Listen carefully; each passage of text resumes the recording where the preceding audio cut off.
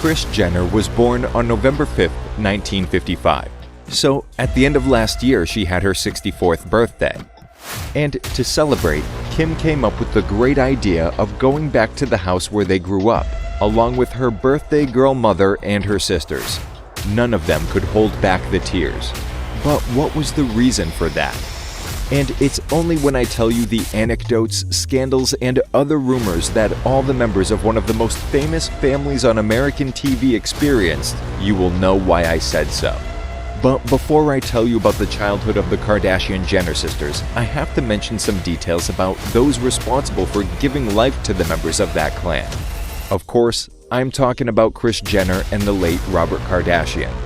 They decided to tie the knot in 1978. But not before going through a series of tests Bob put his then future wife through. And it's that, according to what was said by Joni Migdal, the childhood best friend of Kris's first husband, Robert wanted his life partner, the mother of his children, to be the personification of the so-called good wife.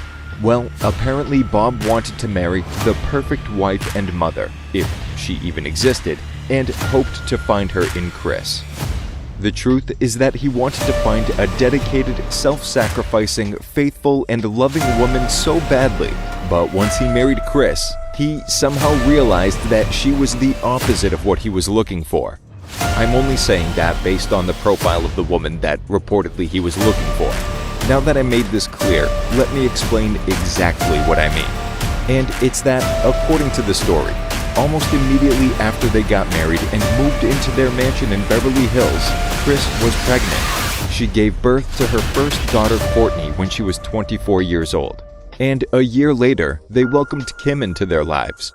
So almost in the blink of an eye, Kris went from being a pretty and innocent single girl to being a young mother of two daughters who was barely 25 years old.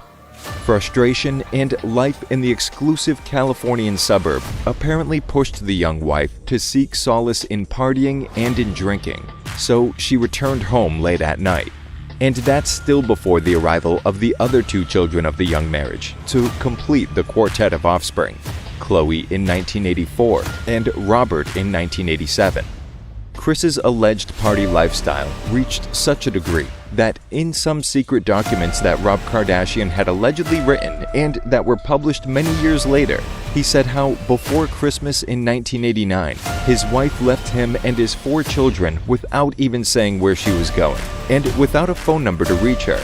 The truth is that Kris's weakness for drinking and partying, as well as rumored infidelity, was what ended up destroying their marriage completely. But I'll tell you about that in a moment. For now, I want to tell you that the momager not only tried to take out her frustrations through her escapades, but when she was at home and she wasn't able to go out to a party, she supposedly took her annoyance out on her children, mainly on poor Kim. However, despite the fact that the second of her daughters was the target, it was Khloe who was really hurt by those alleged years of negligent motherhood. And it's that Khloe revealed in her book, Strong Looks Better Naked, that she was kind of an ugly duckling of the family, because in her adolescence she wasn't as thin as her sisters. That, added to the insecurities caused by a supposed bad mother at home, made her an easy target for the bullies at her school.